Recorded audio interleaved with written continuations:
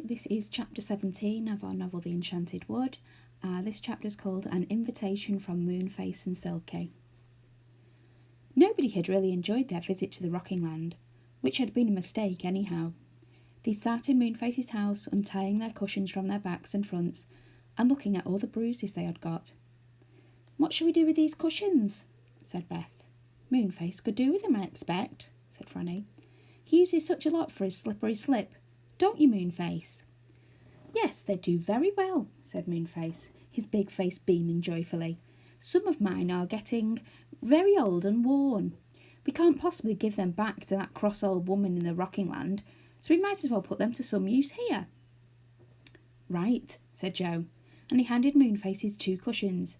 Everyone else did the same. Moonface was pleased. He poured lemonade for everyone, then handed round a little box full of what looked like all sorts of toffee.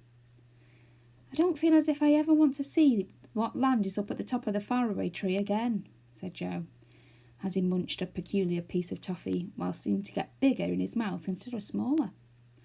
"Neither do I," said Beth. "I certainly never will," said Franny. "It seems as if there are never any lands that worth visiting. They are all most uncomfortable." "Except my little land," said the saucepan man, rather mournfully. "I was always very comfortable there." Joe's toffee was now so big that he couldn't say a word. Then it suddenly exploded in his mouth, went to nothing, and left him feeling most astonished. "Oh dear, did you take a toffee shock?" said Moonface, noticing Joe's surprised face. "I'm so sorry. Take a different one." "No, thank you," said Joe, feeling that one toffee shock was quite enough. "I think we'd really better be going. It must be getting late." "What's going to happen to the old saucepan man now that he's lost his land?" asked Beth, picking up a yellow cushion, ready to slide down the tree. "Oh, he'll live with Mr. What's-his-name," said Moonface.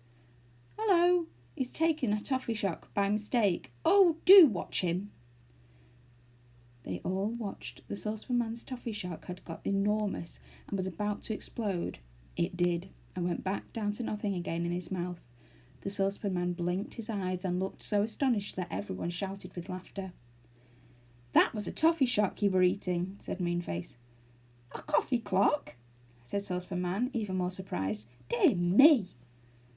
"Come on," said Beth, giggling. "It's time we went. See you another day, Moonface. Goodbye, Saucepan Man." She shot off down the slide, round and round, and out of the trapdoor at the bottom. Then Franny slid off, and then Joe. "Goodbye," he called. "Goodbye." Mother was astonished to see their bruises. "Whatever have you been doing?" she said. "I shan't let you play with that saucepan man again if you come home like this, and how dirty your clothes are." Joe longed to tell her mother all about the Rocking Land and their adventure there, but he felt sure she would think he was making it all up. So he said nothing and went off to change his dirty clothes. Things did not go very well the next week. Father lost some money one night, and Mother could not get very much washing to do.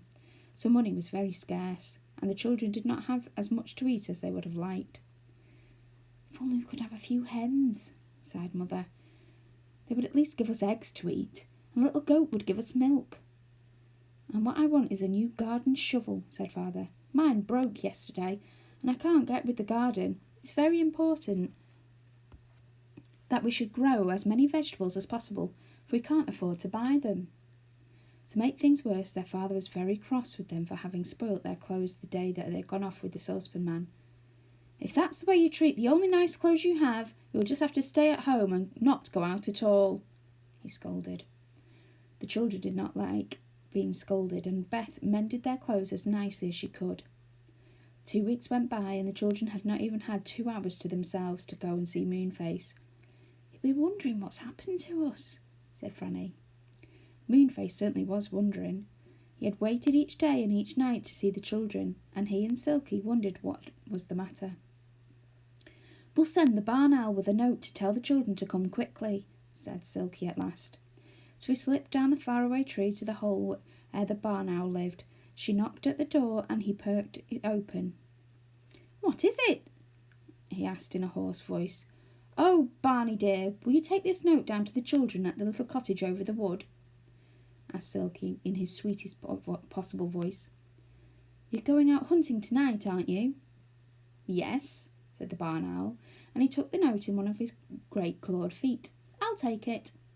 He slammed the door shut behind him and rose into the air on a great creamy wings, as silent as the wind. He flew to the children's cottage. They were in bed, asleep. Barney sat in the tree outside and screeched loudly. The children awoke with a jump. "Whatever's that?" said Beth. Joe came into the room. "Did you hear that?" he asked. "Whatever could it be?" The barn owl screeched again. He certainly was a dreadful voice. The children jumped. Joe went bravely to the window and looked out. "Is anyone being hurt?" he called. "Me!" screeched the owl again, and Joe nearly fell out of the window with fright. The barn owl spread his great soft wings and flew to Joe. He dropped the note onto the windowsill, screeched again, and flew off into the night to look for mice and rats. "It was a barn owl," said Joe. "It left a note. Quick, turn on your bedside lamp and let's see what the letter says." They turned the lamp on and crowded round the note. This is what it said. Dear Joe, Beth and Franny, why don't you come to see us? Are you upset? Please come soon, because there is a wonderful land at the top of the tree now. It's land of take what you want. If you want anything, you can usually get it there for nothing. Do come and we'll all go together. Love from Moonface and Silky. "Ooh," said Franny, excited. "The land of take what you want. Well, I'd like to get a few hens." "And I'd like a goat," said Beth. "And I'd like a new shovel for father," said Joe. But then he frowned. "I'd quite made up my mind not to go up any more of those strange lands," he said. "You just never know what might happen there. We'd better not go." "Oh, Joe," cried Beth, "please let's go. After all, if there's a nice land, we might well visit it." "Shh, you'll wake up Mother," said Joe. "We'll see tomorrow what happens. If we can get some time to ourselves, we'll go and ask Moonface if the land is really safe to go to. Now we'd better go to sleep." But they didn't sleep much, no. They were all wondering what the land of take what you want was like, and if they were really going to visit it tomorrow. And that's the end of chapter 17.